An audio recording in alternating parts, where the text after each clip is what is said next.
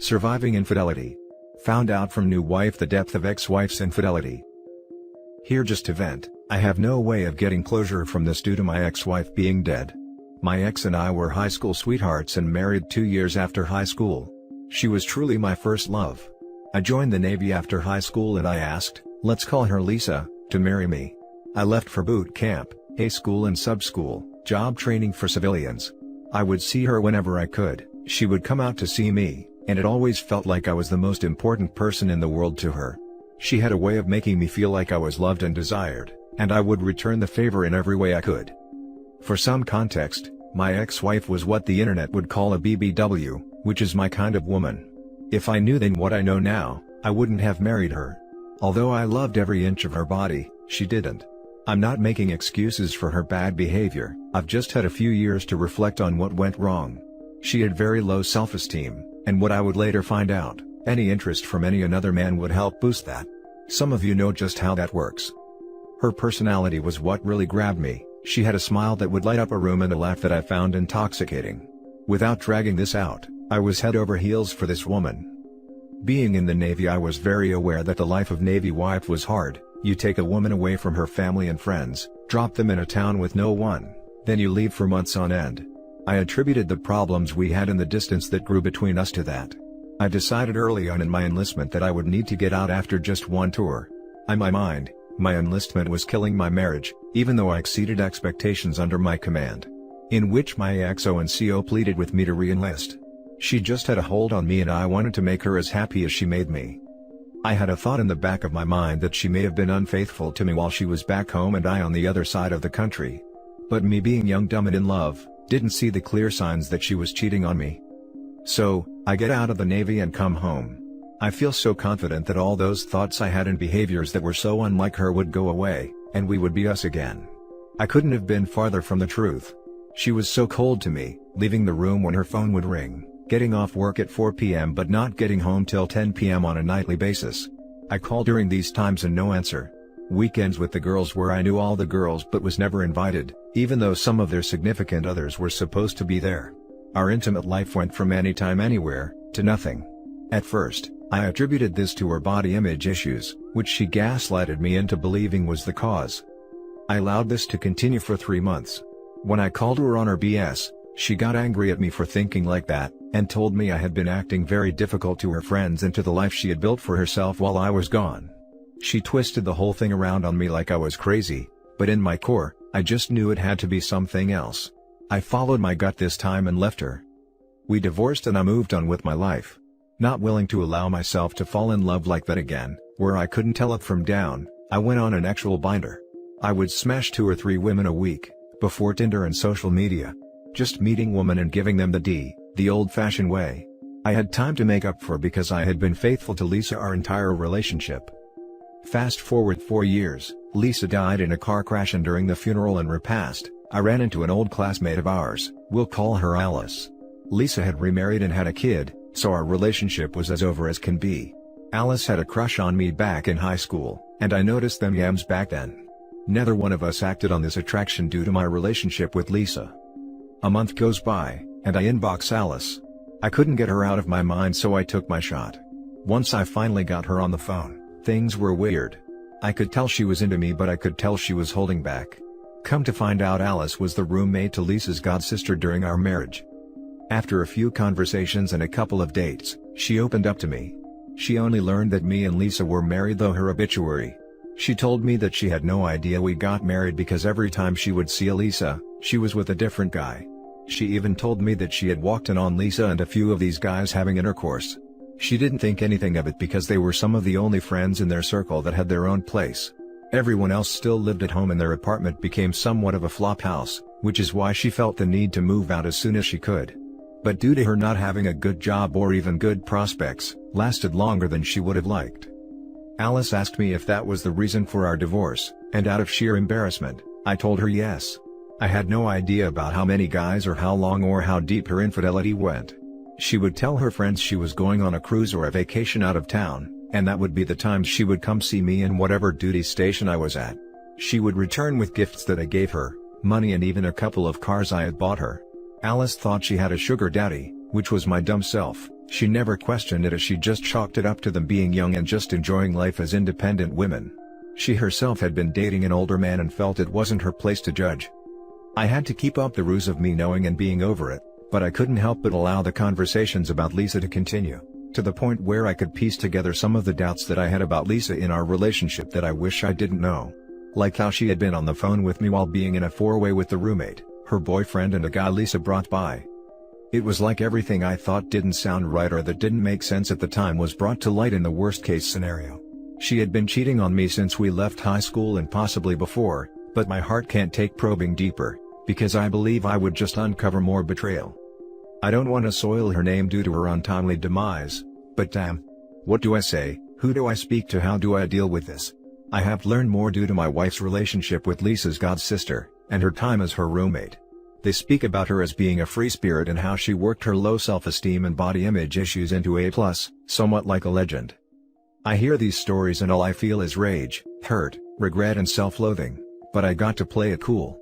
It's been too long for me to come clean to my wife, as I don't want her to feel like I still have feelings for my ex-wife. Which it would definitely look like, because a lot of these stories are new to me and the feelings are fresh because it's often me hearing these things for the first time, and me being blessed or cursed with a good memory allows me to match those stories up with situations I thought didn't sound right on my end, but I chose to ignore. So here I am on Reddit venting to internet strangers trying to get this off my chest so I can move on with my life. So with that being said, screw you Lisa, I loved you with everything I had and you played me, and to this day has me looking like a fool, so I hope you burn in hell. Now for the top comments. I hope you can come clean with your wife. It doesn't sound like it's helping you, holding it from her, and I doubt she'd think any less of you for believing the best of a woman you loved. Maybe it could help your healing. Absolutely. These aren't fond memories you have. They are deep emotional trauma. You should let them know that their view of her is 180, and she caused you serious deep trauma. She's not a good person at all. She was as selfish as they come and probably did it to her second husband as well. Screw you Lisa, I loved you with everything I had and you played me, and to this day has me looking like a fool, so I hope you burn in hell. Let that anger out, man, it's beyond needed. I'm so sorry you've had to find out this way, and things were the way they were. I think the first thing you need to do is get yourself booked into therapy. I know the prospect can be daunting and even potentially silly sounding, but these people have tools and ways to unpack things that will shave years off how long it'll take you to do it alone. That also said, when you feel good and ready, I think you should come clean to your wife that you only knew she cheated, not to the extremes. Explain, like you have here, that you had no idea and you love this woman with all of your heart. You're not weak, you're not a fool, you've no control over someone else's actions, only your own, and you conducted yourself incredibly in light of the circumstances. Be kind to yourself.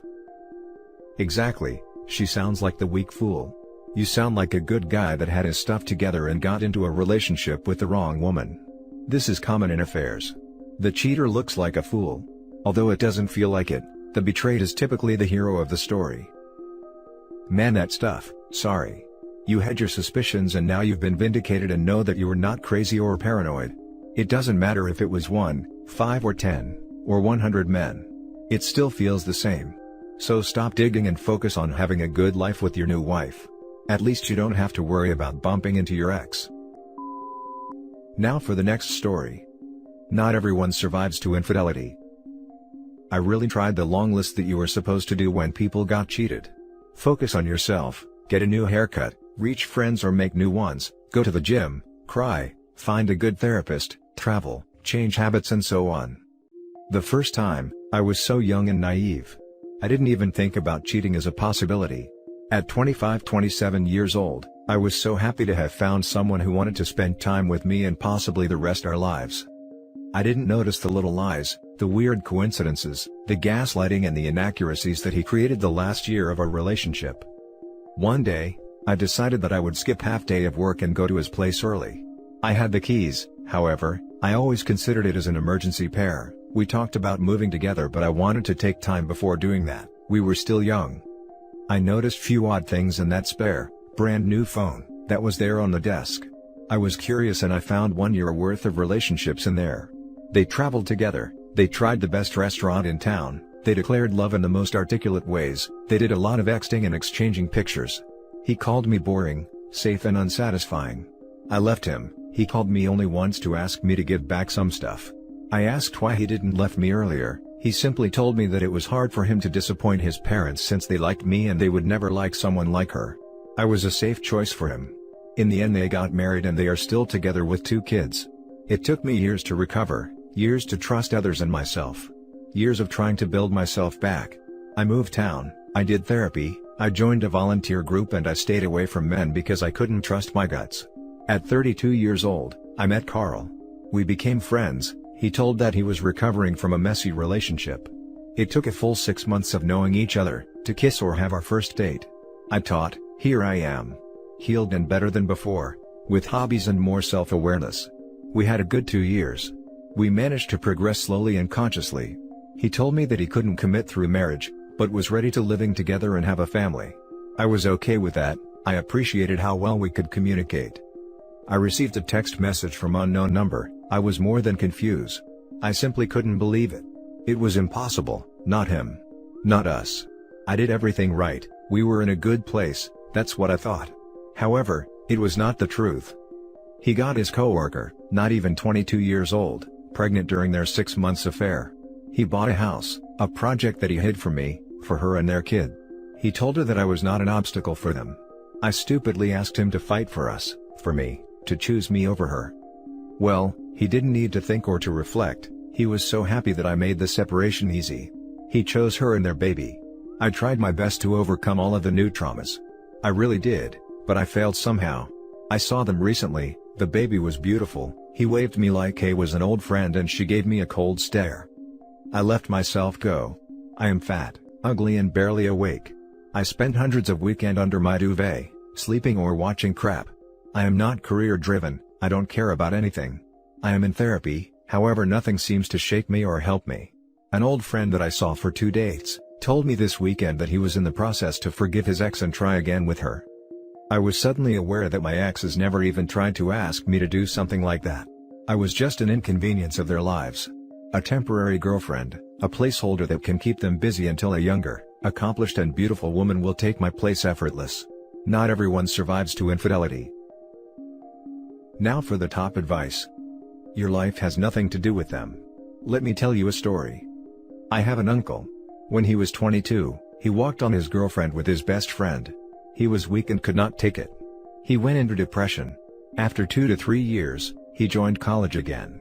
There he met another woman, who was a gorgeous lady. They dated for a couple of years. He then found out, she was cheating on him since day one. Well, he was devastated to say the least. But this time, he did not give up. He took control of his life. He is a short man and previously it made him insecure. But then, he did what he wanted. He started planting flowers. He is great at that. He never dated a girl for next few years. All he did was gardening. He loved us. Well, all the children in our family are just fond of him. He is just the funniest man. Whenever he used to get hurt, he used to laugh and say, "My heart have been broken twice, this is just a prick." He then met my aunt, 10 years after the second heartbreak. They are married, our cousins are beautiful. My aunt is the one of the kindest women we have ever came across. We often say that both of them can make even a dead man laugh. They both are funny, and happy. They even crack jokes when they argue. The point is your life is not defined by others. Take control of your life. Sure, you can't trust others, but you need to trust yourself. Look at yourself in the mirror and say, "Hey beautiful. I am there with you." As my track record and poor social abilities, it is best to not trust myself. Dating doesn't have any appeal to me after this. I am grieving losing the kids or family I never had. You sound really hard on yourself. You've been through a lot and need to heal. Loving yourself doesn't come overnight, but you are having a negative outlook on everything, which is understandable. Are you in therapy to help with all this trauma? Depression and PTSD are very possible after what you've been dealt. I am in therapy for quite a long time. It helps to be function enough to keep a job and be able to function. I am truly sorry that another innocent soul has been tarnished by liars and hypocrites. It is truly stuff like these that gets me trust issues of my own. The only advice I can offer you is that you have to love yourself. There is really no specific deadline for one to heal. As you have also mentioned, some may not heal at all. But, please try. Don't end it all just because of those toxic people that you have come to know.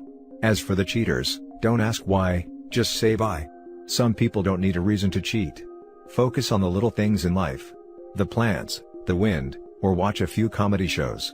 Connect with your family members and trustworthy friends. Meditate or do some prayers. Please find something that will motivate you. All the best, my friend. The last story is titled, I, 22 female, found out that my dad, 45 male, had a lot of photos of my best friend, 21 female, on his laptop. My mom, 43 female, kicked him out of the house, and now my siblings, 10 male and 8 female, hate me. This friend and I have been friends since we were 16 and 17 years old. She was always like another member of the family. My parents used to treat her like another child, and we would never have expected something like that. They've been married for 25 years and I used to think that their marriage was perfect. They never fought. It seemed that they loved each other madly, but it wasn't like that, because a few weeks ago I found a pen drive where my dad, 45 male, has about 400 photos of my best friend. At first, I wasn't surprised because some of the photos are from 2 years ago, and 2 years ago he portrayed her for an exhibition. He's a portraitist. But later I saw more recent photos that were not taken with her consent, and if that wasn't enough, he has many more photos than he took from his sketchbook. He has a sketchbook full of portraits of her, and in some of them he portrayed her without clothes. And I'm so sad because in 25 years, he only portrayed my mom, 43 female, about 3 times I think, but suddenly he has a sketchbook with at least 40 portraits of my best friend. I confronted him immediately and he didn't even try to deny it. He just said that he was sorry but that he couldn't help it, that he's in love with my best friend. I asked him if he was cheating on my mom with her and he said no, that she, my friend, doesn't know anything about it, and that I shouldn't say anything, but I did. I was so mad that I showed everything to my mom, and now she wants to get divorced. She kicked him out of the house and she's so sad. She cries all the time and my siblings blame me because they think I caused them to separate. I also talked to my friend, and she denied that anything happened between them. She told me that she always treated him like the father she never had, but never thought of him as a man to flirt with, and I believe her because she's not that kind of girl, and because she has a boyfriend, and I know that she's very much in love with him and they're planning to get married. And that made me feel good because I didn't want to lose her too. But guilt is killing me. My siblings miss our dad and don't want to talk to me because they're mad at me. Even my little brother told me that he hates me because it's my fault mom kicked our dad out of the house. Maybe I should have waited for him to tell my mom or something else? I was really impulsive and ruined our family. I know I should have reacted differently. What can I do now to make them feel better? Now for the top advice. You did the right thing and the best thing for your family and your friend. Your siblings will realize what's happened eventually. They're young and don't understand what's actually going on yet. Your family will be better off because of your actions. Considering his behavior sounds a bit predatory, especially with the pictures taken without her knowing. I'd say you handled it well. Your siblings aren't old enough to understand what's happening fully, or why it would even be creepy. Considering he's like a father figure to her, I'd say this is just really creepy. No. You did not ruin your family. Your dad did when he decided to make naked sketches of your best friend while knowing your mom will be totally against it. To top it off, in love with her too? Your siblings are too small to see the logical side of it. They are acting out because you guys were always a happy family and now it's like the house broke down. Give them time. It's now on your mom to explain it to them, because they won't trust your word. So, give it a bit of time, but do remind her that your siblings will keep hurting until she sits down with them and explains it to them. And that's it for this video guys. If you have thoughts to share, leave a comment below. Don't forget to hit like and subscribe if you like this content. I'll catch you in the next one. Good day everyone.